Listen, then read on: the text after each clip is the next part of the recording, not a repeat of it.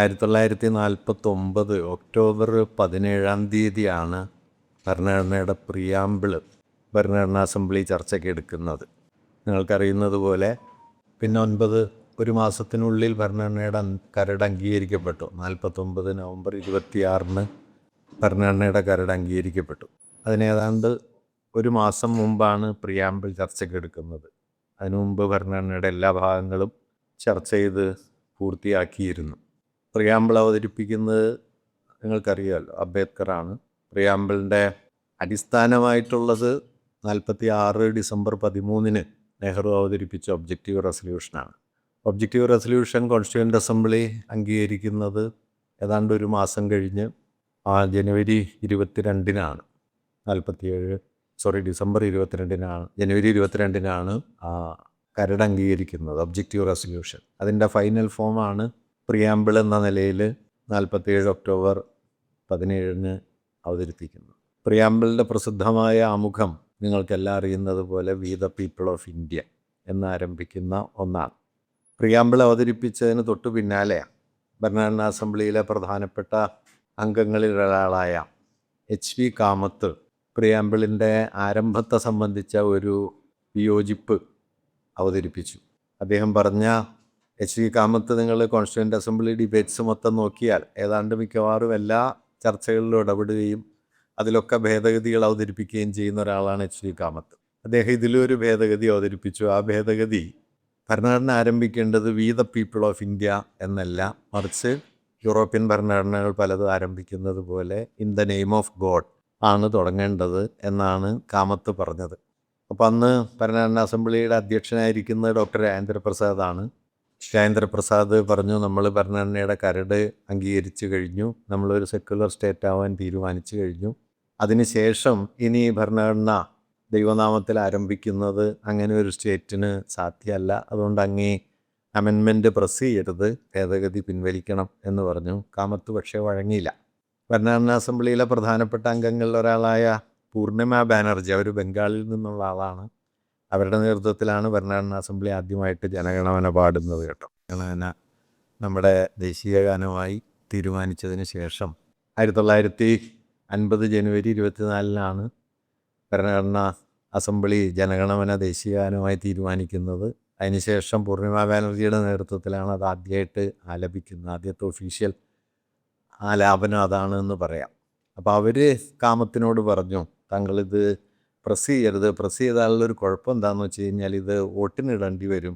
ദൈവത്തെ വോട്ടിനിടുന്നത് ദൈവത്തിനും നല്ലതല്ല, നമുക്കും നല്ലതല്ല, അതുകൊണ്ട് വോട്ടിനിടരുത്, പ്രസ് ചെയ്യരുത് എന്ന് പറഞ്ഞു. പക്ഷേ കാമത്ത് വഴങ്ങിയില്ല.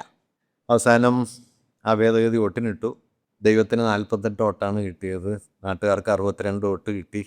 അങ്ങനെ ദൈവത്തെ വോട്ടിനിട്ട് തോൽപ്പിച്ചിട്ടാണ് നമ്മുടെ ഭരണഘടനാ അസംബ്ലി വി ദ പീപ്പിൾ എന്ന് നമ്മുടെ ഭരണഘടന തുടങ്ങാമെന്ന് തീരുമാനിച്ചത്. ഞാനത് പറയാൻ കാരണം എന്താണെന്ന് വെച്ച് കഴിഞ്ഞാൽ, നമ്മുടെ ഭരണഘടന ലക്ഷ്യം വയ്ക്കുന്ന സവിശേഷമായ ഒരു കാഴ്ചപ്പാട് വാസ്തവത്തിൽ ഇതിൽ അടങ്ങിയിട്ടുണ്ട്. ഈ ഭരണഘടന ആരുടേതാണ്, ഈ ഭരണഘടനയുടെ താല്പര്യം എന്താണ് എന്നതിനെ സംബന്ധിക്കുന്ന ഒരടിസ്ഥാന കാഴ്ചപ്പാട് ഇതിലുണ്ട്.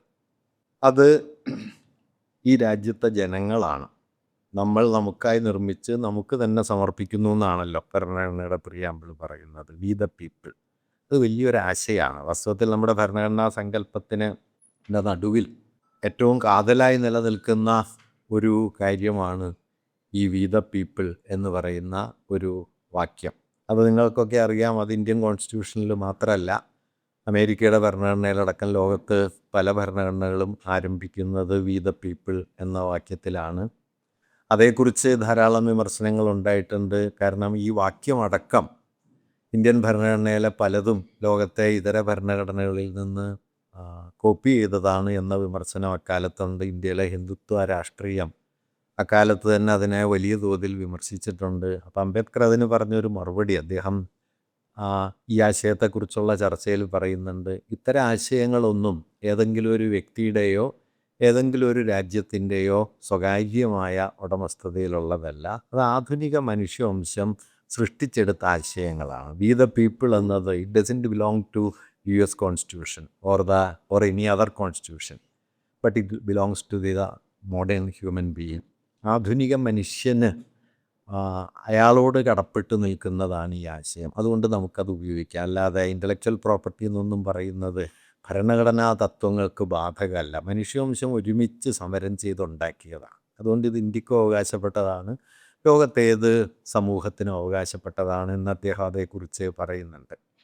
ഞാൻ പറഞ്ഞു വന്ന കാര്യം, ഇങ്ങനെ ഒരു സവിശേഷ വീക്ഷണം ഇന്ത്യൻ ഭരണഘടനയിലുണ്ട്. ഇന്ത്യൻ കോൺസ്റ്റിറ്റ്യൂഷൻ്റെ മൗലികമായ ഒരു സവിശേഷത, അത് പരമ്പരാഗതമായ അർത്ഥത്തിൽ ഒരു കോൺസ്റ്റിറ്റ്യൂഷണൽ ഫ്രെയിംവർക്ക് എങ്ങനെയാകണം, ഭരണനിർവഹണത്തിൻ്റെ മെഷീനറി എന്താണ്, പൗരാവകാശങ്ങൾ എന്താണ്, മൗലികാവകാശങ്ങൾ എന്താണ് എന്നെല്ലാം വിശദീകരിക്കുന്ന ഒരു ഫ്രെയിംവർക്കിനപ്പുറം നമ്മുടെ വലിയ ഭരണഘടനാ ചിന്തകനായിട്ടുള്ള ഗൗതം ഭാട്ടിയ, അദ്ദേഹത്തിൻ്റെ ഒരു പുസ്തകത്തിന് നൽകിയ പേര് തന്നെ സമീപകാലത്ത് വന്നൊരു പുസ്തകമാണ് ട്രാൻസ്ഫോർമേറ്റീവ് കോൺസ്റ്റിറ്റ്യൂഷൻ എന്നാണ്. പരിവർത്തനോന്മുഖമാണ്.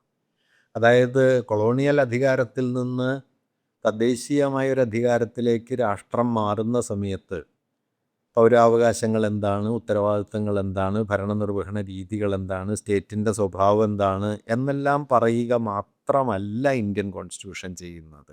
അത്തരത്തിൽ വെർട്ടിക്കലായ ഒരു പവർ ട്രാൻസ്ഫോർമേഷനോടൊപ്പം തന്നെ ഹൊറിസോണ്ടലായി ഇന്ത്യൻ സൊസൈറ്റി എങ്ങനെ മാറണം, ഇന്ത്യൻ സമൂഹം എങ്ങനെ മാറിത്തീരണം എന്നതിനെക്കുറിച്ചുള്ള, അതായത് അധികാരത്തിൻ്റെ കൈമാറ്റത്തിന് ശേഷമുള്ള ഭരണകൂട സ്വഭാവത്തിൻ്റെ നിർവചനത്തോടൊപ്പം ഭരണകൂടം നിലവിൽ വരുന്നതിന് ശേഷം ഈ സമൂഹം എങ്ങനെ പരിണമിക്കണം എന്നത് ഇന്ത്യൻ ഭരണഘടനയുടെ പ്രധാനപ്പെട്ട താല്പര്യങ്ങളിലൊന്നാണ്. സാധാരണ ഭരണഘടനകൾക്ക് അത്തരം താല്പര്യങ്ങളില്ല.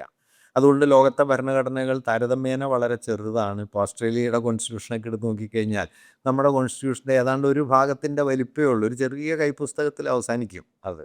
നമ്മുടെ ഭരണഘടന ലോകത്തെ ഭീമാകാരമായ ഭരണഘടനകളിലൊന്നാണ്. നിങ്ങൾക്കറിയാം, 1,17,340 വാക്കുകളോളം ഉണ്ട്.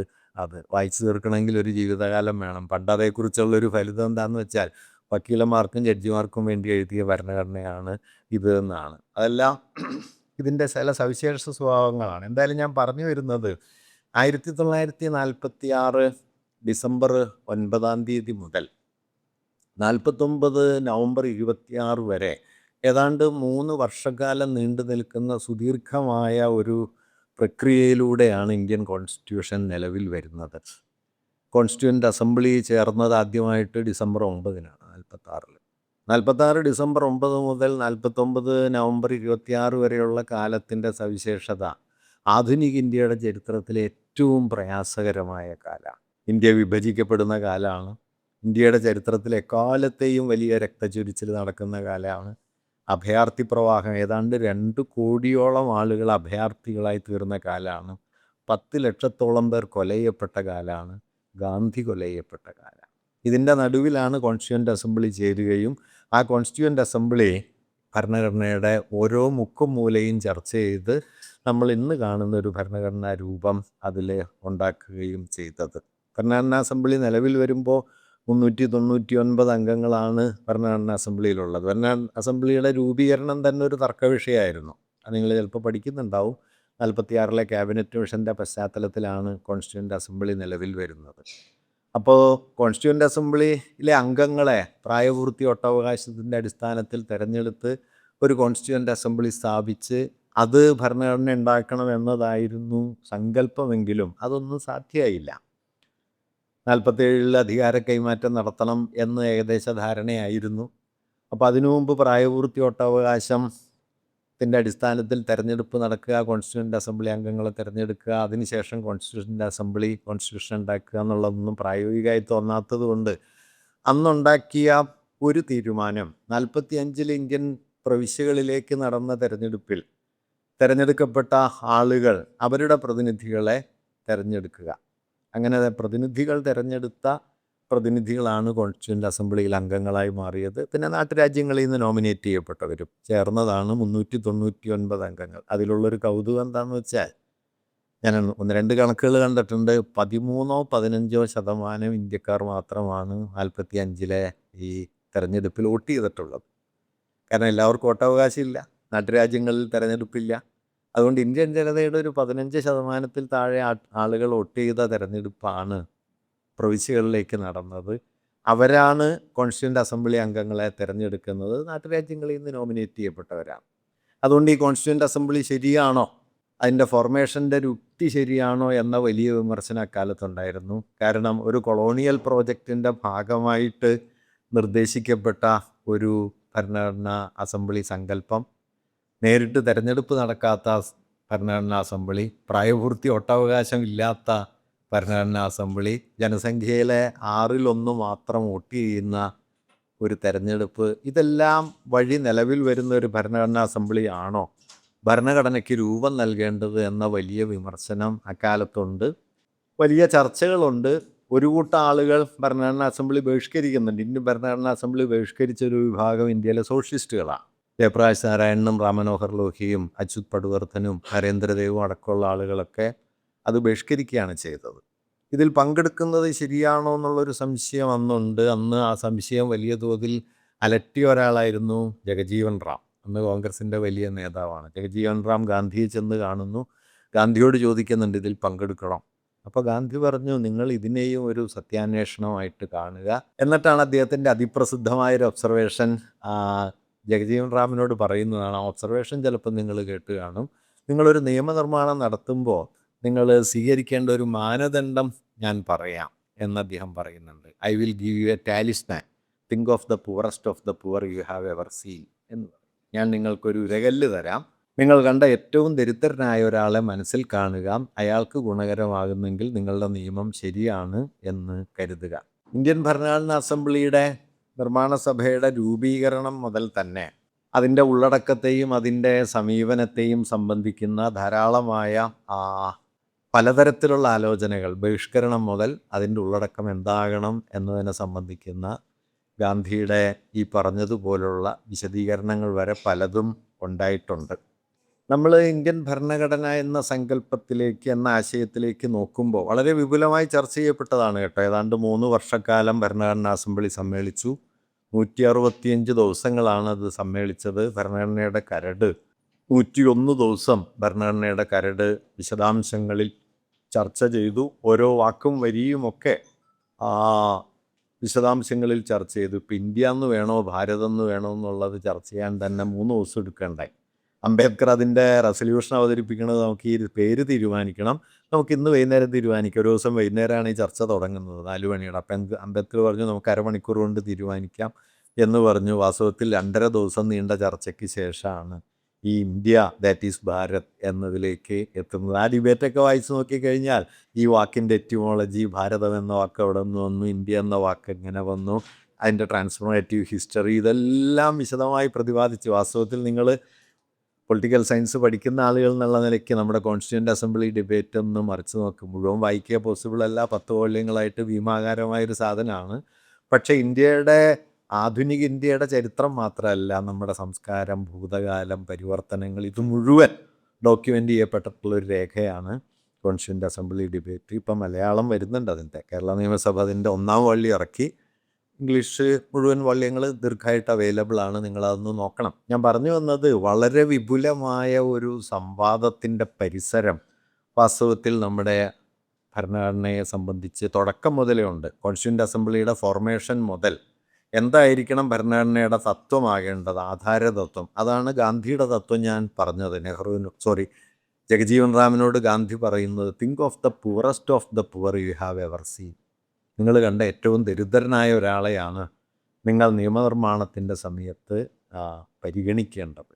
അയാളാണ് ഇതിൻ്റെ മാനദണ്ഡം എന്ന ഒരു നിർദ്ദേശം ജഗജീവൻ റാമിന് അദ്ദേഹം നൽകുകയുമൊക്കെ ചെയ്യുന്നുണ്ട്. 49 നവംബർ 26 ഭരണഘടന നിലവിൽ വന്നു.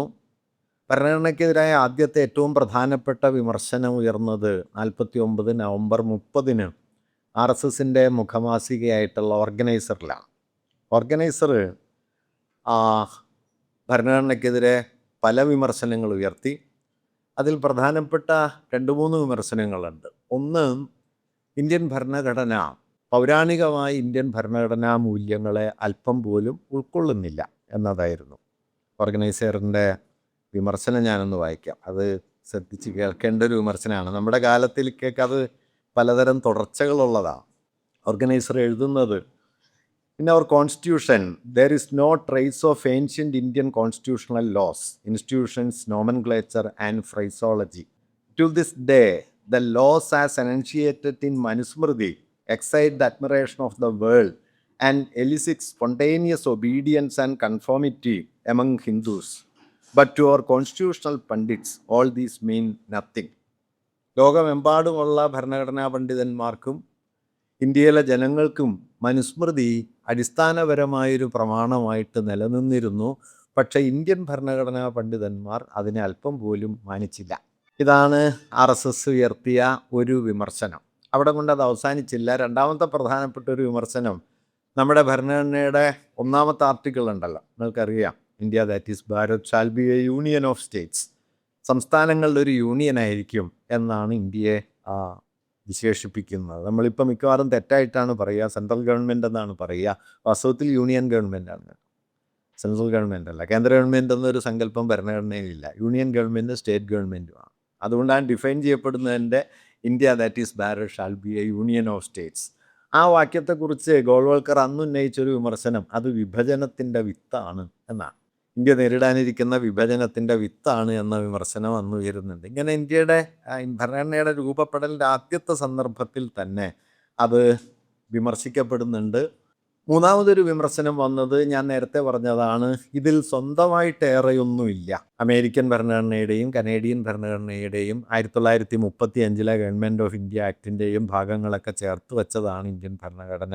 അതിൽ കാര്യമായിട്ട് സ്വന്തമായിട്ടൊന്നുമില്ല. അതൊരു കോപ്പിയടിയാണെന്ന് വരെ അക്കാലത്ത് ആക്ഷേപം ഉയർന്നു. അതിനോട് അംബേദ്കർ പ്രതികരിച്ചിട്ടുണ്ട്. മറ്റേതിനോട് പിന്നെ പ്രതികരിക്കേണ്ട കാര്യമില്ല. മനുസ്മൃതിയുടെ മൂല്യങ്ങളല്ല ഭരണഘടനയിലുള്ളതെന്നുള്ളത് വ്യക്തമാണ്. 1927 മനുസ്മൃതി കത്തിച്ച് കളഞ്ഞ ആളുടെ പേരാണല്ലോ അംബേദ്കർ എന്നുള്ളത്. അതുകൊണ്ട് മനുസ്മൃതിയുടെ മൂല്യം ഭരണഘടനയിൽ പ്രതീക്ഷിക്കേണ്ട കാര്യമില്ല. ഈ രണ്ടാമത്തെ വാദത്തോട് അദ്ദേഹം പ്രതികരിച്ചപ്പോൾ 2 കാര്യങ്ങൾ അദ്ദേഹം പറഞ്ഞു. ഒന്ന് ഞാൻ തുടക്കത്തിൽ പറഞ്ഞതാണ്, കോൺസ്റ്റിറ്റ്യൂഷണൽ വാല്യൂസ് എന്ന് പറയുന്നത് ലോകമാസകലമുള്ള മനുഷ്യവംശത്തിന് അവകാശപ്പെട്ടതാണ്, അല്ലാതെ അമേരിക്കക്കാർക്കോ ഫ്രഞ്ചുകാർക്കോ അല്ലെങ്കിൽ മറ്റാർക്കെങ്കിലും അവകാശപ്പെട്ടതല്ല. ഇൻഡിവിജ്വൽ പ്രോപ്പർട്ടി റൈറ്റ് ഒന്നും ഇൻ്റലക്ച്വൽ പ്രോപ്പർട്ടി റൈറ്റ് ഒന്നും വാസ്തവത്തിൽ ഭരണഘടനാ തത്വങ്ങൾക്ക് ബാധകമല്ല. കാരണം ആധുനിക മനുഷ്യവംശം രൂപപ്പെടുത്തിയെടുക്കുന്ന ആശയങ്ങളാണ്. അത് എൻറ്റയർ ഹ്യൂമാനിറ്റിയോട് ചേർന്ന് നിൽക്കുന്നതാണ്, അല്ലാതെ നാഷണൽ ബൗണ്ടറികളൊന്നും. ഇപ്പോൾ ഫ്രീഡം എന്ന് പറയുന്നത് ഒരു നാഷണൽ ഐഡിയ അല്ല, അതൊരു യൂണിവേഴ്സൽ ഐഡിയ ആണ്. അല്ലെങ്കിൽ ഡെമോക്രസി എന്ന് പറയുന്ന ഒരു യൂണിവേഴ്സൽ ഐഡിയ ആണ്. പ്രോഗ്രസ് എന്ന് പറയുന്ന ഒരു യൂണിവേഴ്സൽ ഐഡിയ ആണ്. അപ്പോൾ അത്തരത്തിലുള്ള സാർവലൗകിക ആശയങ്ങൾക്ക് രാഷ്ട്രാതിർത്തികളോ അല്ലെങ്കിൽ ബൗദ്ധിക സ്വത്തവകാശമോ ബാധകമാക്കേണ്ടതില്ല എന്നാണ് അദ്ദേഹം പറഞ്ഞത്. അതുകൊണ്ട് അത് ഇന്ത്യക്ക് ഉപയോഗിക്കാവുന്നതാണ് എന്നാണ് അദ്ദേഹം പറഞ്ഞത്. രണ്ടാമത് അദ്ദേഹം പ്രധാനപ്പെട്ട ഒരു കാര്യം പറഞ്ഞു. അതിൽ ഇന്ത്യൻ കോൺസ്റ്റിറ്റ്യൂഷൻ്റെ കാതൽ കിടക്കുന്ന ഒരു പോയിൻ്റ് അതിനകത്തുണ്ട്. രണ്ടാമത്തെ വിമർശനം എന്തായിരുന്നു എന്ന് വെച്ചാൽ 1935 ഗവൺമെൻറ് ഓഫ് ഇന്ത്യ ആക്ട്, അത് 35 നടക്കുന്ന പ്രവിശ്യ തെരഞ്ഞെടുപ്പുകളിൽ കോൺഗ്രസ് ഒക്കെ പങ്കെടുക്കുകയും കോൺഗ്രസ് മന്ത്രിസഭകൾ ഇന്ത്യയിൽ പല സ്ഥലത്ത് നിലവിൽ വരികയും ചെയ്ത തെരഞ്ഞെടുപ്പാണ്. അതിനുവേണ്ടി ഉണ്ടാക്കിയ ഒരു ഭരണനിർവഹണ ചട്ടക്കൂടാണ് government of India act. British ഗവൺമെൻറ്റിൻ്റെ നേതൃത്വത്തിൽ ഉണ്ടാക്കിയതാണ്. അതിൽ നിന്ന് ധാരാളം കാര്യങ്ങൾ കോൺസ്റ്റിറ്റ്യൂഷനിലേക്ക് അംബേദ്കർ ഉൾപ്പെടുത്തിയിട്ടുണ്ട്. അതൊരു പകർപ്പാണ് എന്ന വാദമാണ്. അപ്പം അംബേദ്കർ അതിന് പറഞ്ഞൊരു മറുപടി, ഇന്ത്യൻ ഭരണഘടനയിൽ സാധാരണ ഭരണഘടനയിൽ ഇല്ലാത്ത മട്ടിൽ, ഭരണഘടനകളിൽ കാണാത്ത മട്ടിൽ അഡ്മിനിസ്ട്രേറ്റീവായ ആസ്പെക്റ്റിനെ സംബന്ധിച്ച് പലതും താൻ ഉൾപ്പെടുത്തിയിട്ടുണ്ട്. എന്തുകൊണ്ടെന്ന് വെച്ച് കഴിഞ്ഞാൽ ഭരണഘടനാ തത്വങ്ങൾ അമൂർത്തമായി പറയുന്നത് കൊണ്ട് മാത്രം ഇന്ത്യയിൽ ഭരണഘടനാപരമായ ഭരണനിർവഹണം ഉണ്ടാവില്ല. അബ്സ്ട്രാക്ട് കോൺസ്റ്റിറ്റ്യൂഷണൽ പ്രിൻസിപ്പിൾസ് കൊണ്ട് മാത്രം കോൺസ്റ്റിറ്റ്യൂഷണലായ ഒരു അഡ്മിനിസ്ട്രേഷൻ ഇന്ത്യയിൽ നടക്കില്ല. അദ്ദേഹം പറഞ്ഞത്, നിങ്ങൾ ജനാധിപത്യമാണ് എന്ന് പറയുമെങ്കിലും പരമ്പരാഗതമായി ഇൻഹറൻ്റ്ലി ആൻറ്റി ഡെമോക്രാറ്റിക് ആണ് ഇന്ത്യൻ സൊസൈറ്റി. ജാതി ഉണ്ട് ഇവിടെ. ജാതിയുടെ അടിസ്ഥാന തത്വം എന്താണെന്ന് വെച്ചാൽ മനുഷ്യർ തുല്യരല്ല എന്ന്. അതുകൊണ്ട് ജാതിയുള്ളൊരു സമൂഹത്തിൽ ജനാധിപത്യ മൂല്യങ്ങൾ നിലനിൽക്കില്ല. ഇന്ത്യയുടെ പ്രത്യേകത എന്താണെന്ന് വെച്ച് കഴിഞ്ഞാൽ കഴിഞ്ഞ ഒരു 2000-ലധികം വർഷമായിട്ട് ജാതിബദ്ധമായി ജീവിച്ചവരാണ്. അതുകൊണ്ട് അസമത്വവും ജനാധിപത്യ വിരുദ്ധതയും സ്വാംശീകരിച്ച സമൂഹമാണ്. ജനാധിപത്യ വിരുദ്ധത സ്വാംശീകരിച്ചിരിക്കുന്ന ഒരു സമൂഹമായതുകൊണ്ട് ജനാധിപത്യപരമായി ഭരിക്കണം എന്ന് അമൂർത്തമായി പറഞ്ഞതുകൊണ്ട് കാര്യമില്ല. മറിച്ച് ഭരണനിർവഹണത്തിൻ്റെ ഓരോ തലങ്ങളിലും എങ്ങനെയാണ് അത് നടപ്പാക്കേണ്ടത് എന്നതിനെ സംബന്ധിച്ച വിശദീകരണം വേണം. അതുകൊണ്ട് അഡ്മിനിസ്ട്രേറ്റീവ് എന്ന് വിളിക്കാവുന്ന ഒരുപാട് കാര്യങ്ങൾ ഭരണഘടനയിൽ ഉൾപ്പെടുത്തേണ്ടതായി വന്നു. അത് നേരത്തെ പറഞ്ഞതുപോലെ 1935 ഈ പറയുന്ന ഗവൺമെൻറ് ഓഫ് ഇന്ത്യ ആക്റ്റിൽ നിന്ന് സ്വീകരിച്ചതും ആണ്. ഇങ്ങനെയാണ് അദ്ദേഹം ഒരു വിശദീകരണം കൊടുത്തത്. അതിൻ്റെ അർത്ഥം എന്താണെന്ന് വെച്ച് കഴിഞ്ഞാൽ ഇന്ത്യൻ സമൂഹത്തിൻ്റെ സവിശേഷമായ ചില സ്വഭാവങ്ങളെ അടിസ്ഥാനപ്പെടുത്തിക്കൊണ്ടാണ് നമ്മുടെ ഭരണഘടന നിലവിൽ വരുന്നത് എന്നുകൂടിയാണ്. അല്ലാതെ കേവലമായൊരു ഭരണനിർവഹണ യുക്തി എന്ന നിലയ്ക്കല്ല, മറിച്ച് ഇന്ത്യൻ സമൂഹത്തിൻ്റെ സ്വഭാവം എന്താണ്, ഒരാധുനിക സമൂഹമാകാൻ ഇന്ത്യയെ തടസ്സപ്പെടുത്തുന്നത് എന്താണ്, അതിനോടെങ്ങനെയാണ് ഒരു സ്റ്റേറ്റ് മിഷണറി പ്രതികരിക്കേണ്ടത്, ഇങ്ങനെ ഒരു ആലോചന കൂടി വാസ്തവത്തിൽ ഇന്ത്യൻ ഭരണഘടനയ്ക്കുള്ളിലുണ്ട് എന്നതാണ് വാസ്തവത്തിൽ അംബേദ്കർ ആ മറുപടിയിൽ സൂചിപ്പിക്കാൻ ശ്രമിച്ച ഒരു കാര്യം. നമ്മൾ ഇന്ത്യൻ ഭരണഘടനയുടെ സുദീർഘ ചരിത്രം ആലോചിക്കുമ്പോൾ ഇപ്പോൾ 46 ഡിസംബർ മുതൽ 49 നവംബർ വരെയുള്ള 3 വർഷക്കാലമാണ് കോൺസ്റ്റിറ്റ്യൂവൻ്റ് അസംബ്ലി നിലവിൽ വരികയും പ്രവർത്തിക്കുകയും ചെയ്തതെങ്കിലും ഭരണഘടനയുടെ ആശയരൂപീകരണം നടക്കുന്നത് ഈ 3 വർഷമൊന്നുമല്ല. അതിനേക്കാളൊക്കെ വളരെ വളരെ മുൻപേ ഭരണഘടനയെക്കുറിച്ചുള്ള ആലോചനകൾ നടക്കുന്നു. അറിയുന്നിടത്തോളം ഏറ്റവും പഴയ ഭരണഘടനാ സംബന്ധിയായ ഡോക്യുമെൻ്റ് എന്ന് പറയുന്നത് സ്വരാജ് ബിൽ എന്നറിയപ്പെടുന്ന 111 ആർട്ടിക്കിളുകളൊക്കെയുള്ള 1895 തയ്യാറാക്കപ്പെട്ട ഒരു ഡോക്യുമെൻ്റാണ് ഇന്ത്യൻ ഭരണഘടനയുടെ ഏറ്റവും പഴയ ഒരു ആധാരം. അതാരാണ് എഴുതിയത് എന്ന് വ്യക്തമല്ല. ചിലർ കരുതുന്നത് ബാലഗംഗാധര തിലകൻ തയ്യാറാക്കിയതാണ് എന്നാണ്. എന്തായാലും അക്കാര്യത്തിൽ ഒരു അവ്യക്തതയുണ്ട്. ആനി ബസൻ്റൊക്കെ പറയുന്നത് തിലകൻ്റെ ബില്ലാണത് എന്ന് പറയുന്നുണ്ട്. അതുമുതൽ ഇങ്ങോട്ട് നോക്കിയാൽ 7-8 ഡോക്യുമെൻറ്റുകൾ പല ഘട്ടങ്ങളിലായി ഭരണഘടനാ സംബന്ധമായിട്ടുണ്ടായി. ഈ സ്വരാജ് ബില്ലുണ്ടായി. അതിനുശേഷം പിന്നെ ഹിന്ദുസ്ഥാൻ റിപ്പബ്ലിക്കൻ സോഷ്യലിസ്റ്റ് അസോസിയേഷൻ എന്ന സംഘടന ദ റവല്യൂഷണറി എന്ന പേരിൽ ഒരു ഭരണഘടനാ പ്രമാണം 1925 927 വളരെ പ്രസിദ്ധമായ നെഹ്റു റിപ്പോർട്ട്, അത് നിങ്ങൾ കേട്ടിട്ടുണ്ടാവുമല്ലോ. സൈമൺ കമ്മീഷൻ ബഹിഷ്കരണത്തിൻ്റെ സന്ദർഭത്തിൽ ഇന്ത്യക്കാരെന്നാൽ സ്വന്തം നിലക്കൊരു ഭരണഘടന ഉണ്ടാക്കട്ടെ എന്നൊരു വെല്ലുവിളി ബ്രിട്ടീഷ് ഗവൺമെൻറ് ഉയർത്തിയ സമയത്ത് കോൺഗ്രസ് നിയോഗിച്ചൊരു വർക്കിംഗ് കമ്മിറ്റി നിയോഗിച്ച സമിതിയാണ് നെഹ്റു റിപ്പോർട്ട്. മോത്തിലാൽ നെഹ്റു ആണ് ചെയർമാൻ, ജവഹർലാൽ നെഹ്റു ആണ് സെക്രട്ടറി, തെജ് ബഹാദൂർ സപ്രു അടക്കം 5-6 പേരുണ്ട്. അവർ തയ്യാറാക്കിയ ഡോക്യുമെൻ്റാണ്. 1927 അത് വരുന്നത്. അതേ സമയത്ത് തന്നെ ലാൻസ്ബറി റിപ്പോർട്ട് എന്ന പേരിൽ ബ്രിട്ടീഷ് ലേബർ പാർട്ടിയുടെ നേതാവായ ലാൻസ്ബറി ഒരു ഡോക്യുമെൻ്റ് ബ്രിട്ടീഷ് പാർലമെൻറ്റിൽ അവതരിപ്പിക്കുന്നുണ്ട്. കോൺസ്റ്റിറ്റ്യൂഷൻ ഫോർ കോമൺവെൽത്ത് ഇന്ത്യ എന്ന പേരിൽ അദ്ദേഹം ഒരു ഡോക്യുമെൻ്റ് അവതരിപ്പിക്കുന്നുണ്ട്. അതിനുശേഷം പിന്നെ ഒരു പ്രധാനപ്പെട്ട രേഖ നമ്മൾ കാണുന്നത് ഞാൻ നേരത്തെ പറഞ്ഞ 35 ഗവൺമെൻറ് ഓഫ് ഇന്ത്യ ആക്റ്റാണ്. അത് അന്നത്തെ പ്രവിശ്യകളിലേക്കുള്ള തെരഞ്ഞെടുപ്പിൻ്റെ പശ്ചാത്തലത്തിൽ ഇന്ത്യൻ ഭരണ സംവിധാനം എങ്ങനെയായിരിക്കണം എന്നതിൻ്റെ ഒരു രൂപരേഖയാണ് 1935 ഗവൺമെൻറ് ഓഫ് ഇന്ത്യ ആക്ട്. ഈ ഘട്ടത്തിലാണ് ആദ്യമായിട്ട് കോൺസ്റ്റിറ്റ്യൂവൻ്റ് അസംബ്ലി എന്ന ആശയം വരുന്നത്. കോൺസ്റ്റിറ്റ്യൂവൻ്റ് അസംബ്ലി എന്ന ആശയം ആദ്യമായി ഇന്ത്യയിൽ മുമ്പോട്ട് വയ്ക്കുന്നത് എം എൻ റോയാണ്. എം എൻ റോയുടെ പേര് കേട്ടിട്ടുണ്ടാവുമല്ലോ. എം എൻ റോയാണ് ഈ ആശയം മുമ്പോട്ട് വയ്ക്കുന്നത്. 44 അദ്ദേഹം സ്വന്തം നിലയ്ക്ക് ഒരു കോൺസ്റ്റിറ്റ്യൂഷൻ എഴുതി തയ്യാറാക്കുകയും ചെയ്തു. ഇന്ത്യക്ക് വേണ്ടി കോൺസ്റ്റിറ്റ്യൂഷൻ ഒറ്റയ്ക്ക് എഴുതിയ ഒരാളേ ഉള്ളൂ, അത് എം എൻ റോയാണ്. മൂപ്പരൊറ്റയ്ക്ക് ഒരു കോൺസ്റ്റിറ്റ്യൂഷൻ്റെ കരട് സ്വന്തം നിലയ്ക്ക് എഴുതി തയ്യാറാക്കി. അതേസമയത്ത് ബി എൻ റാവു എന്ന് പറയുന്ന നമ്മുടെ ഭരണഘടനാ നിർമ്മാണ സഭയിലെ പ്രധാനപ്പെട്ട ഉപദേശകനായിരുന്ന ബി എൻ റാവു കോൺസ്റ്റിറ്റ്യൂഷൻ്റെ ഒരു കരട് ആ ഘട്ടത്തിൽ 45 തെരഞ്ഞെടുപ്പിൻ്റെ പശ്ചാത്തലത്തിൽ ഉണ്ടാക്കുന്നുണ്ട്. ഗാന്ധിയുടെ അനുയായിയായ നാരായൺ അഗർവാൾ എന്നു പേരായ ഒരാളെ Gandhian constitution four free India എന്ന പേരിൽ ഗാന്ധിയൻ പ്രിൻസിപ്പിൾസ് വെച്ചിട്ട് ഒരു ഭരണഘടനാ രൂപരേഖ ഉണ്ടാക്കുന്നുണ്ട്. ഞാൻ പറയുന്നത് ഇങ്ങനെ 1895 സ്വരാജ് ബില്ല് മുതൽ 46 അഗർവാളിൻ്റെ ഗാന്ധിയൻ കോൺസ്റ്റിറ്റ്യൂഷൻ വരെ 7-8 ഡോക്യുമെൻറ്റുകൾ നമുക്കിതിനിടയിൽ കാണാം. ഈ ഡോക്യുമെൻറ്റുകളൊക്കെ എന്താണ് റിഫ്ലക്റ്റ് ചെയ്യുന്നതെന്ന് ചോദിച്ചാൽ സ്വതന്ത്ര ഇന്ത്യ അല്ലെങ്കിൽ ഇന്ത്യ എന്ന രാഷ്ട്രത്തെക്കുറിച്ചുള്ള വ്യത്യസ്ത കാലയളവുകളിലെ വീക്ഷണഗതികളാണ്, രാഷ്ട്രീയ വീക്ഷണങ്ങളാണ് അതിൽ റിഫ്ലക്റ്റ് ചെയ്യുന്നത്. അവ തമ്മിലുള്ള കൊടുക്കൽ വാങ്ങലുകളും സംഘർഷങ്ങളും ഇന്ത്യയിൽ ഉടനീളം നടന്നിട്ടുണ്ട്. ഇതൊന്നും വെറും ഡോക്യുമെൻറ്റുകളല്ല. എന്തായിരിക്കണം ഇന്ത്യ എന്നതിനെക്കുറിച്ചുള്ള ഓരോ കാലത്തെയും ഓരോ സാമൂഹ്യ വിഭാഗങ്ങളുടെയും വീക്ഷണങ്ങളാണ് ഈ ഡോക്യുമെൻറ്റുകളായി വരുന്നത്. അതിൻ്റെ പിന്നിൽ ഇന്ത്യൻ നാഷണലിസത്തിൻ്റെ ഒരു ട്രാൻസ്ഫോർമേഷൻ കൂടി നമുക്ക് കാണാൻ പറ്റും. ഇന്ത്യൻ നാഷണലിസം 1850-കളിൽ ദേശീയ പ്രസ്ഥാനം വികസിച്ച് വരുന്ന ഘട്ടത്തിൽ ദേശീയ പ്രസ്ഥാനത്തിൻ്റെ ആദ്യത്തെ ആശയാവലികൾ രൂപപ്പെടുന്നത് ഇന്ത്യൻ മധ്യവർഗവുമായി ബന്ധപ്പെട്ടാണ്. Social foundations of Indian nationalism എന്ന പേരിൽ വളരെ പ്രധാനപ്പെട്ട ഒരു പഠനം ഡോക്ടർ AR ദേശായി എന്ന ചരിത്രകാരൻ എഴുതുന്നുണ്ട്. അദ്ദേഹം 5 ഘട്ടങ്ങളായിട്ട് ഇന്ത്യൻ നാഷണലിസത്തെക്കുറിച്ച് പറയും. അതിൻ്റെ ചരിത്രം ഒന്നാം ഘട്ടമായിട്ട് അദ്ദേഹം പറയുന്നത് 19-ാം നൂറ്റാണ്ടിൻ്റെ മധ്യദശകങ്ങളിൽ ഉന്നത വിദ്യാഭ്യാസം നേടിയ ഇന്ത്യയിലെ മധ്യവർഗത്തിൻ്റെയും ഉപരിവർഗത്തിൻ്റെയും ഒരാശയബോധം എന്ന നിലയിൽ, ഒരു പൊളിറ്റിക്കൽ ഐഡിയ എന്ന നിലയിൽ അവർക്കിടയിലാണ് നാഷണലിസം എന്ന ആശയം ആദ്യം വരുന്നത്. അതിനൊരു സോഷ്യൽ ഫൗണ്ടേഷനൊന്നുമില്ല. ഒരു ആശയം പുസ്തകം വായിച്ചിട്ടും പരീക്ഷ പാസ്സായിട്ടും ഒക്കെ എഴുതി പഠിച്ചു മനസ്സിലാക്കുന്ന, അല്ലാതെ ഒരു സോഷ്യൽ ഫൗണ്ടേഷൻ അതിനില്ല.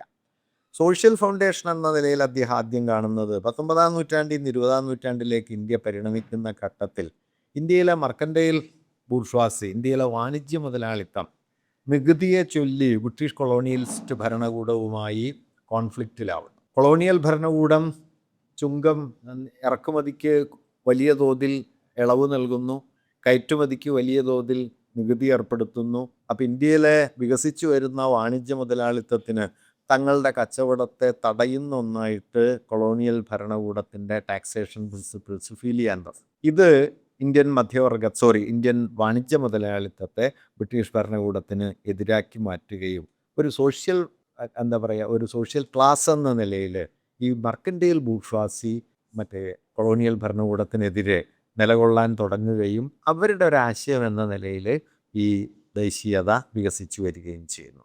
പക്ഷേ നിങ്ങൾക്കറിയാം, 19-ാം നൂറ്റാണ്ടിൻ്റെ അവസാനം ഇന്ത്യയിലെ മർക്കൻഡൈൽ ബൂർഷ്വാസി എന്ന് പറയുന്നത് വളരെ ലിമിറ്റഡാണ്, നാമമാത്രമാണ്. അതുകൊണ്ട് തന്നെ അതൊരു വലിയ സോഷ്യൽ ഫോഴ്സ് ഉണ്ട്. അതുകൊണ്ട് ആദ്യത്തെ 2 ഘട്ടങ്ങളിലും നാഷണലിസം എന്ന ആശയം താരതമ്യേന വളരെ ദുർബലവും ചുരുങ്ങിയ ഒരു ജനവിഭാഗങ്ങളിൽ മാത്രം സ്വാധീനം ചെലുത്തിയതുമായ ഒന്നാണ്. നാഷണലിസം ഒരു പോപ്പുലർ ഐഡിയ ആയിത്തീരുന്നത് 20-ാം നൂറ്റാണ്ടിൻ്റെ ആദ്യ ദശകത്തിലല്ല. അത് 1905-ലെ ബംഗാൾ വിഭജനം, അതേ തുടർന്നുണ്ടായിട്ടുള്ള വലിയ പ്രക്ഷോഭങ്ങൾ, ആ പ്രക്ഷോഭങ്ങൾ വഴിയാണ് സ്വദേശി പ്രസ്ഥാനം, ബാലഗംഗാധര തിലകൻ, അരവിന്ദ ഘോഷ്, രാംപ്രസാദ് ബിസ്മിൽ തുടങ്ങി ധാരാളം പേര് വരുന്നു. വലിയ പ്രക്ഷോഭങ്ങൾ ഉണ്ടാകുന്നു. ടെററിസം എന്ന അവർ മുദ്രകുത്തിയ പരിശ്രമങ്ങൾ, നമ്മുടെ ചന്ദ്രശേഖർ ആസാദ്, ഭഗത് സിംഗ്, അങ്ങനെയുള്ള ധാരാളം പേർ സമരമുഖത്ത് വരുന്നു. ഈ മൂവ്മെൻ്റാണ് വാസ്തവത്തിൽ ദേശീയതയെ ഒരു പോപ്പുലർ മൂവ്മെൻ്റാക്കി മാറ്റിയത്. അതുകൊണ്ട് 1910-20 ഘട്ടത്തിലെ കാലയളവിലാണ് ഒരു നാഷണൽ പോപ്പുലർ എന്ന് വിളിക്കാവുന്ന ഒരു മൂവ്മെൻ്റായി നാഷണലിസം മാറുന്നത്. AR ദേശായി പക്ഷെ അതിനെ വിളിക്കുന്നത് ആ പേരിലല്ല. ആ പേര് ശ്രദ്ധിക്കേണ്ടതാണ്. ദേശായി ഈ 3-ാം ഘട്ടത്തിനിട്ട പേര് മിലിറ്റൻ ഹിന്ദു നാഷണലിസം. ഇത് പ്രധാനപ്പെട്ടതാണ്. കാരണം നാഷണലിസത്തിൻ്റെ അടിസ്ഥാനം എന്ന് പറയുന്നത് മതമായിരുന്നു. ഇപ്പോൾ നിങ്ങൾ ശ്രദ്ധിച്ചിട്ടുണ്ടാവാൻ സാധ്യതയില്ലാത്തൊരു കാര്യം പറയാം. ആ ഘട്ടത്തിൽ ഇന്ത്യയിലെ ഏറ്റവും വലിയ ബ്രിട്ടീഷ് വിരുദ്ധ പ്രസ്ഥാനമായിരുന്നു അനുശീലൻ സമിതി. രാംപ്രസാദ് ബിസ്മിലൊക്കെ 19 വയസ്സിൽ തൂക്കിലേറ്റപ്പെട്ട ആളാണ് രാംപ്രസാദ് ബിസ്മിൽ. വലിയ പോരാളിയായിരുന്നു. അന്ന് അരവിന്ദ ഘോഷുണ്ട്, ധാരാളം പേർ സമരരംഗത്ത്. ഈ അനുശീലൻ സമിതി ബ്രിട്ടീഷ് വിരുദ്ധമായ വലിയ സംഘടനയായിരുന്നപ്പോഴും അനുശീലൻ സമിതിയുടെ ഭരണഘടനയിൽ ഒരു വ്യവസ്ഥ ഉണ്ടായിരുന്നു. ആ വ്യവസ്ഥ എന്താണെന്ന് വെച്ചാൽ മുസ്ലിങ്ങളെ അംഗങ്ങളാക്കില്ല എന്ന് പ്രഖ്യാപിക്കുന്ന ഒരു ദേശീയ സ്വാതന്ത്ര്യ പ്രസ്ഥാനം ഉണ്ടായിരുന്നു ഇന്ത്യയിൽ. ഈ ഘട്ടത്തിലൊക്കെ ഇതുണ്ട്. ഇത് ഏറെയും കുറഞ്ഞ് നമുക്ക് കാണാം. അംഗത്വം ഇതേപടി ഒഴിവാക്കുന്നില്ലെങ്കിലും ഈ പ്രോബ്ലം അന്ന് വളരെ ശക്തമായിട്ട് നിലനിൽക്കുന്നുണ്ട്. ഇപ്പോൾ നിങ്ങൾ ഓർക്കാൻ വഴിയില്ല, ഹിന്ദു മഹാസഭയുണ്ടല്ലോ, ഗാന്ധിയെ കൊല ചെയ്യുന്ന നാരായണാപ്തയും വിനായക് ഗോഡ്സെയും ഒക്കെ മഹാസഭയുടെ പ്രവർത്തകരാണ്. മഹാസഭയുടെ ആദ്യത്തെ 2 അധ്യക്ഷന്മാർ അന്നത്തെ ദേശീയ പ്രസ്ഥാനത്തിൻ്റെ സമുന്നത നേതാക്കളാണ്. ഒന്ന് പണ്ഡിറ്റ് മദന മോഹന മാളവ്യ, 2 ലാലാ ലജ്പത് റായ്. മൂന്നാമത്തെ ഒരാളാവുമ്പോഴാണ് കോൺഗ്രസുമായുള്ള ഭിന്നത വരികയും ഇയാൾ ഡോക്ടർ BS മോഞ്ചെ എന്ന് പറയുന്ന ആൾ ഇതിൻ്റെ അധ്യക്ഷനാവുകയും കോൺഗ്രസുമായിട്ട് മഹാസഭ തെറ്റിപ്പിരിയുകയും ചെയ്യുന്നു. അതുവരെ മഹാസഭയും കോൺഗ്രസ് ഏതാണ്ട് ഒരേ ലെവലിലാണ് പോകുന്നത്. അതുകൊണ്ടാണ് ഈ ദേശായി അതിനെ മിലിറ്റൻ ഹിന്ദു നാഷണലിസമാണ്, പോപ്പുലറാണ്, വളരെ ബലിഷ്ഠമാണ്. ആ ബലത്തിൻ്റെ അടിസ്ഥാനം മതമാണ്. അതുകൊണ്ട് നാഷണലിസം ഒരു ഐഡിയ എന്നതിൽ നിന്ന് ഒരു പൊളിറ്റിക്കൽ മൂവ്മെൻ്റായി ഡെവലപ്പ് ചെയ്യുമ്പോഴും അത് മതാത്മകമായിരുന്നു എന്നതാണ് ഇന്ത്യൻ ദേശീയതയുടെ എല്ലാ കാലത്തെയും ഒരു വൈരുദ്ധ്യം. ഇതിലൊരു മാറ്റം ഉണ്ടാകുന്ന ഘട്ടമാണ് 1920-കൾ. 20-കളിൽ ഇന്ത്യൻ ദേശീയതയുടെ സ്വഭാവത്തിന് വലിയൊരു ഷിഫ്റ്റ് വന്നു. ഞാനിത് പറയണത് എന്താ വെച്ചാൽ, ദേശീയത എന്നൊക്കെ പറയുന്നത് ഒറ്റക്കല്ലിൽ കൊത്തിയെടുത്തൊരു ശില്പം പോലെ തുടക്കം മുതൽ അവസാനം വരെ ഒരേ പ്രകാരത്തിലൊന്നും അല്ല നിലനിന്നത്. ഒരുപാട് കോൺഫ്ലിക്റ്റുകൾ അതിനകത്തുണ്ട്. 20-കളിൽ വന്ന പരിവർത്തനത്തിൻ്റെ ആധാരം എന്താണെന്ന് വെച്ച് കഴിഞ്ഞാൽ ഗാന്ധി ഇന്ത്യയിലെത്തി എന്നുള്ളതാണ്. ഗാന്ധി 1915 ജനുവരി 9-ാം തീയതിയാണ് ബോംബെയിലെത്തുന്നത്. അപ്പോൾ ഗാന്ധിക്ക് 45 വയസ്സായി കേട്ടോ. ഒരുപാട് ആളുകളുടെ ജീവിതം അവസാനിക്കാറായപ്പോഴാണ് മൂപ്പര് തുടങ്ങുന്നത്. ഗാന്ധിയെക്കുറിച്ച് പങ്കജ് മിശ്ര എഴുതിയ ഒരു ലേഖനത്തിൽ രസമുള്ള ഒരു കാര്യം പറയുന്നുണ്ട്. ഗാന്ധി 1869 ജനിച്ച് 19-ാം വയസ്സിൽ അദ്ദേഹം ലണ്ടനിൽ പോയി. 3 വർഷക്കാലം അവിടെ ബിരുദമൊക്കെ പഠിച്ചു. നിയമം ഒക്കെ നേടി ബാരിസ്റ്ററായിട്ട് ഇന്ത്യയിൽ തിരിച്ചു വന്നു. 2 കൊല്ലക്കാലം ബോംബെയിലും അതുപോലെ സൂററ്റിലും ഒക്കെ വക്കീലായി പ്രാക്ടീസ് ചെയ്തു. പൊട്ടിപ്പാളീസായി പോയൊരു വക്കീലായിരുന്നു കേട്ടോ അദ്ദേഹം. അദ്ദേഹം പരാജയപ്പെട്ട വക്കീലായിരുന്നു. ചില വക്കീലന്മാർ പരാജയപ്പെടുന്നത് നല്ലതാണ്. കേസരി ബാലകൃഷ്ണനുള്ള വക്കീലായിരുന്നു. ഇത് കേസരി എന്നുള്ള പേര് അറിയാമെന്ന് ഞാൻ കരുതണം. അതൊക്കെ ഇപ്പോൾ ഒരു സംശയമാണ്. അതാണ് പണ്ട് ഞാനൊരു പ്രസംഗത്തിൽ ഏതോ പ്രസംഗത്തിൽ ആശാൻ എന്ന് പറഞ്ഞപ്പോൾ ഒരു കുട്ടി എൻ്റെ അടുത്ത് ചോദിച്ചു അതാരാന്ന് ചോദിച്ചു. അപ്പോൾ ഞാൻ പറഞ്ഞു ഒരാശാൻ എന്ന് പറഞ്ഞു. എന്നതുപോലെ കേസരി വക്കീലായിരുന്നു. അദ്ദേഹം അന്ന് തിരുവനന്തപുരം വിമൻസ് കോളേജിലെ അധ്യാപകനാണ്, ഹിസ്റ്ററി അധ്യാപകനാണ്. അദ്ദേഹം വക്കീലായി കുറച്ച് കാലേ പ്രാക്ടീസ് ചെയ്തുള്ളൂ. അപ്പോൾ വക്കീല് പ്രാക്ടീസ് അവസാനിപ്പിച്ച സമയത്ത് കേസരി ഡയറിയിൽ എഴുതി വെച്ചൊരു വാചകം ഇങ്ങനെയാണെന്ന് വിജയമാഷ് പിന്നെ ഉദ്ധരിക്കുന്നുണ്ട്. മനുഷ്യരെ നുണ പറയാൻ സഹായിക്കുന്ന ഈ വസ്ത്രം ഞാൻ ഇനി മുതൽ ധരിക്കുന്നില്ല എന്നാണ് അത്ര അദ്ദേഹം എഴുതിയത്. അങ്ങനെ ഒരു കൗതുകമൊക്കെ ഉണ്ട്. എന്തായാലും ഗാന്ധി അത് ഉപേക്ഷിച്ച് ആണ് അദ്ദേഹം 1892 അവസാനമാകുമ്പോൾ ദക്ഷിണാഫ്രിക്കയിലേക്ക് പോയി. പിന്നെ അദ്ദേഹം മടങ്ങി വരുന്നത് ഏതാണ്ട് 25 കൊല്ലം കഴിഞ്ഞിട്ട് 1915. അതിനിടയിൽ 1-2 തവണ വന്നു പോയിട്ടുണ്ട്. പങ്കജ് മിശ്ര അതേക്കുറിച്ച് എഴുതുന്ന രസമുള്ളൊരു കാര്യം, ഈ 45 വയസ്സിനിടയിൽ ഇന്ത്യയിലെ ദരിദ്രനായ ഒരു ഗ്രാമീണനെയോ ഒരു കർഷകനെയോ ഒരു തൊഴിലാളിയെയോ ഗാന്ധി നേരിട്ട് കണ്ടിട്ട് പോലുമില്ലായിരുന്നു. ഗാന്ധി താരതമ്യേന മെച്ചപ്പെട്ട ജീവിത സൗകര്യമുള്ള ആളായിരുന്നു. പോർബന്തറിലായിരുന്നു, അവിടുത്തെ രാജാവിൻ്റെ പ്രധാനപ്പെട്ട ഉദ്യോഗസ്ഥനായിരുന്നു ഗാന്ധിയുടെ അച്ഛൻ. അതൊക്കെ അറിയാമല്ലോ. അതുകൊണ്ടാണ് മകനെ ആ കാലത്ത് ലണ്ടനിൽ അയച്ച് പഠിപ്പിക്കാനൊക്കെ പറ്റിയത്. ഒരു ദരിദ്രനായ കർഷകനെ കണ്ടിട്ട് പോലുമില്ലായിരുന്നു. പക്ഷെ അങ്ങനെ ഒരാളാണ് പിന്നെ 30 കൊല്ലം കൊണ്ട് ഇന്ത്യയിലെ ഗ്രാമീണരെ, കർഷകരെ, ദരിദ്രരായ മനുഷ്യരെ മുഴുവൻ സംഘടിപ്പിച്ച് ലോകത്തെ ഏറ്റവും വലിയ സാമ്രാജ്യാധികാരത്തിനെതിരെ ലോകം കണ്ട ഏറ്റവും വലിയ ഒരു സമരമുഖം തുറന്നത്. ആ വൈരുദ്ധ്യം ഗാന്ധിയിലുണ്ട്. ഗാന്ധി 1915 ഇന്ത്യയിൽ എത്തിയിട്ട് ഗാന്ധി ഇന്ത്യയിൽ നടത്തുന്ന ആദ്യത്തെ സമരം നിങ്ങൾക്കറിയാമല്ലോ, ചമ്പാരൻ സത്യാഗ്രഹം. ഈ ചമ്പാരൻ സത്യാഗ്രഹത്തിൻ്റെ അടിസ്ഥാന മുദ്രാവാക്യം എന്ന് പറയുന്നത് ഒട്ടും പൊളിറ്റിക്കലൊന്നുമല്ല. ചമ്പാരൻ സത്യാഗ്രഹത്തിൽ ഗാന്ധി ഉയർത്തിയ മുദ്രാവാക്യം എന്താണ്? കർഷകർക്ക് വിളവിന് വില കിട്ടണം, അല്ലാതെ ബ്രിട്ടൻ ഇന്ത്യ വിട്ടു പോകണമെന്നൊന്നുമല്ല. അങ്ങനെ ഒരു സ്ലോഗനും ഇല്ല. കർഷകർക്ക് ഇന്ത്യ. അതിൻ്റെ പ്രാധാന്യം എന്താണെന്ന് വെച്ചാൽ, അക്കാലം വരെ ഇന്ത്യയിലുണ്ടായിരുന്ന സോഷ്യൽ ഏജൻസി ആർക്കായിരുന്നു എന്ന് ചോദിച്ചു കഴിഞ്ഞാൽ അത് പ്രഭുക്കന്മാർക്കുണ്ട്, പഴയ രാജാക്കന്മാർക്കുണ്ട്, നാടുവാഴികൾക്കുണ്ട്, ജാതി സവർണ വിഭാഗങ്ങൾക്കുണ്ട്. അതിൻ്റെ മുകളിൽ പുതിയൊരു സോഷ്യൽ കാറ്റഗറി വരികയാണ്, കർഷകർ. ആധുനികമായൊരു സോഷ്യൽ കാറ്റഗറിയുടെ കോൺസ്റ്റിറ്റ്യൂഷനും പുതിയൊരു സോഷ്യൽ ഏജൻസിയുടെ നിലവിൽ വരലുമാണ് വാസ്തവത്തിൽ ഈ കർഷകർ. 1920 മുതൽ 30 കഴിയുമ്പോഴേക്കും നമ്മൾ കാണുന്നത് ഈ പുതിയ സോഷ്യൽ കാറ്റഗറികൾ മുഴുവൻ ഇന്ത്യയിൽ വരികയാണ്. കർഷകർ വരുന്നു, തൊഴിലാളികൾ വരുന്നു, യുവാക്കൾ വരുന്നു, വിദ്യാർത്ഥികൾ വരുന്നു. പഴയ കാറ്റഗറി ഏതാണ്ട് പിൻവാങ്ങുന്നു. നടുവാഴ്ത്ത അധികാരത്തിൻ്റെ അവശിഷ്ടങ്ങൾക്ക് വേണ്ടി സമരം ചെയ്ത പഴയ പ്രമാണിമാരൊക്കെ പതുക്കെ പതുക്കെ പിൻവാങ്ങുന്നു. ഞാൻ അവരെ കുറ്റമൊന്നും പറയല്ല, അവരുടെ കാലത്ത് പറ്റുന്ന സ്ലോഗൻസ് അവർ ഉയർത്തി. പക്ഷേ ആ സ്ലോഗനല്ല മോഡേൺ നാഷണലിസത്തിൻ്റെ സ്ലോഗൻ എന്ന് പറയുന്നത്. ഇപ്പോൾ പഴശ്ശിരാജ സമരം ചെയ്യുന്ന എന്തിനു വേണ്ടിയാണ്? ബ്രിട്ടീഷുകാർ വിട്ടുപോകാനൊന്നും വേണ്ടിയിട്ടല്ല. കുറുമ്പനാട്ട് താലൂക്കിൽ കരം പിരിക്കാനുള്ള അവകാശം പുള്ളിക്ക് കിട്ടണം എന്നുള്ളത് മാത്രമായിരുന്നു. പുള്ളിക്ക് കൊടുക്കാതെ പുള്ളിയുടെ അമ്മാവനാണ് ബ്രിട്ടീഷുകാർ കൊടുത്തത്. കുറച്ചുകൂടി പഴങ്ങുന്ന ആൾ അമ്മാവനാണെന്ന് തോന്നിയതുകൊണ്ട് അമ്മാവന് കൊടുത്തു, കേരളോർമ്മയ്ക്ക്. അതിനു മുമ്പ് പഴശ്ശിയും കമ്പനിയും ഒരുമിച്ചായിരുന്നു. നിങ്ങൾ ശ്രദ്ധിച്ചിട്ടുണ്ടാവാൻ ഇടയില്ലാത്തൊരു കാര്യം ഞാൻ പറയാം. കമ്പനിയും ടിപ്പുവും തമ്മിൽ യുദ്ധം ചെയ്യുന്ന സമയത്ത് പഴശ്ശി കമ്പനിയുടെ ഒപ്പമാണ്. കമ്പനിയുടെ ഐക്യമുന്നണിയിൽപ്പെട്ട ആളാണ് പഴശ്ശി രാജാവ്. നമ്മൾ ഓർക്കില്ല, പഴശ്ശി കമ്പനിയുടെ കൂടെയായിരുന്നു. ഞാനതൊരു കുറവായിട്ട് പറയല്ല കേട്ടോ, മറിച്ച് മധ്യകാല നാടുവാഴ്ത്തത്തിൻ്റെ, രാജവാഴ്ചയുടെ അവശിഷ്ടാധികാരങ്ങളാണ് ഏതാണ്ട് 1920 വരെയുള്ള നമ്മുടെ സ്വാതന്ത്ര്യ സങ്കല്പത്തിൻ്റെ പിന്നിലെ പ്രധാനപ്പെട്ട ഊർജം. സവർണ വിഭാഗങ്ങളുടെ അവകാശങ്ങൾ, നാടുവാഴികളുടെ അവകാശങ്ങൾ ഒക്കെ. ഇത് മാറുകയും ഇന്ത്യ, നമ്മൾ ആദ്യം പറഞ്ഞ വാക്യത്തിലേക്ക് വരികയാണ്, we the people of India, അല്ലാതെ we the landlords of India അല്ല, we the kings of India അല്ല, we the aristocrats of India അല്ല, we the people of India. കർഷകർ, തൊഴിലാളികൾ, സ്ത്രീകൾ, കുട്ടികൾ, ഇവർ ചേർന്ന ഒരു ഇന്ത്യ എന്ന് പറയുന്ന ഇന്ത്യൻ ജനത എന്ന ആശയം ദേശീയ സ്വാതന്ത്ര്യത്തിൻ്റെ കേന്ദ്രത്തിലേക്ക് വരുന്നത് ഈ ഷിഫ്റ്റ് വഴിയാണ്. അതിൻ്റെ തുടക്കമാണ് ചമ്പാരൻ. അതോടെ ഈ കർഷകൻ എന്ന് പറയുന്ന എൻറ്റിറ്റിക്ക് മറ്റ് എൻറ്റിറ്റികളിൽ നിന്നുള്ളൊരു വ്യത്യാസം എന്താണെന്ന് വെച്ച് കഴിഞ്ഞാൽ, അതിപ്പോഴും നമ്മൾ കാണുന്നു. കർഷക സമരമാണ് ജയിച്ചത്, പിന്നെ ജയിച്ചത് വിദ്യാർത്ഥി സമരമാണ് ഈ 12 കൊല്ലത്തിനിടയിൽ. ഇതിൻ്റെ പ്രത്യേകത എന്താണെന്ന് വെച്ച് കഴിഞ്ഞാൽ, ഇതിനൊരതിരുമില്ല. നിങ്ങൾക്ക് കർഷകരെന്നതിനെ ജാതി കൊണ്ടോ മതം കൊണ്ടോ പ്രദേശം കൊണ്ടോ ഭാഷ കൊണ്ടോ ഒന്നും അളക്കാൻ പറ്റില്ല. അത് അതിനൊക്കെ കുറുകെ പോകുന്ന ഒരു മോഡേൺ സോഷ്യൽ കാറ്റഗറിയാണ് കർഷകൻ. ഞാൻ പറഞ്ഞ ആശയം മനസ്സിലായില്ല. നാടുവാഴി അതല്ല. നാടുവാഴിയും രാജാവും സവർണ വിഭാഗങ്ങളും മധ്യവർഗവും അക്കാലത്തെ മധ്യവർഗ വിഭാഗങ്ങളും ഒക്കെ ജാതിയുടെയും മതത്തിൻ്റെയും ആചാരത്തിൻ്റെയും പൗരോഹിത്യത്തിൻ്റെയും ഒക്കെ പിടികൾക്കുള്ളിലാണ്. അതിൻ്റെ കെട്ട് പൊട്ടുകയും ഒരാധുനിക സാമൂഹ്യ വിഭാഗം ഉയർന്നു വരികയും ഈ ആധുനിക സാമൂഹ്യ വിഭാഗങ്ങളുടെ മുൻകൈയിൽ ഇന്ത്യ എന്ന ആശയം വികസിച്ചു വരികയും ചെയ്യും. അതിനെയാണ് നമ്മൾ പലപ്പോഴും എന്താ പറയുക, ഇന്ത്യ ആസ് ആൻ ഐഡിയ എന്ന് പറയും. ഇന്ത്യ ഒരു അതിർത്തിയുടെ പേരല്ല, മറിച്ച് ഈ അതിർത്തിക്കുള്ളിൽ നാനാതരം മനുഷ്യർ, ജാതികളിൽപ്പെട്ടവർ, ഭാഷകളിൽപ്പെട്ടവർ, മതങ്ങളിൽപ്പെട്ടവർ, സംസ്കാരങ്ങൾ പങ്കുവയ്ക്കുന്നവർ ഒരുമിച്ച് കഴിയുന്നു എന്ന ഒരാശയം ഇന്ത്യ എന്നുള്ള പേരിൻ്റെ പിന്നിലുണ്ട്. അതുകൊണ്ടാണ് India not as a name but as an idea. വെറും ഒരു പേരായിട്ടല്ല, മറിച്ചൊരാശയമായിട്ടാണ് ഇന്ത്യ. ഈ ആശയത്തെയാണ് ഏതാണ്ട് 1920-കൾ മുതൽ കാൽ നൂറ്റാണ്ട് കാലം ദേശീയ പ്രസ്ഥാനം മുമ്പോട്ട് കൊണ്ടുപോയത്.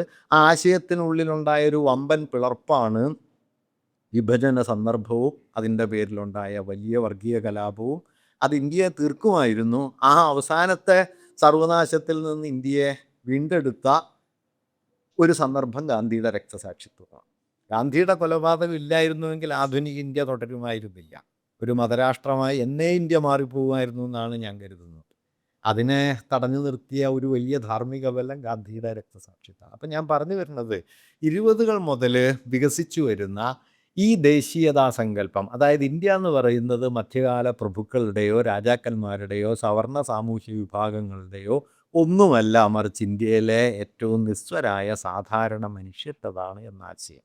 ഈ ആശയത്തിൻ്റെ ആദ്യത്തെ പ്രഖ്യാപനമാണ് നമ്മുടെ ഭരണഘടനയുടെ first article, V the people of India എന്ന് പറയും. ഒന്നാമത്തെ ആർട്ടിക്കിളല്ല, നമ്മുടെ preamble, V the people of India.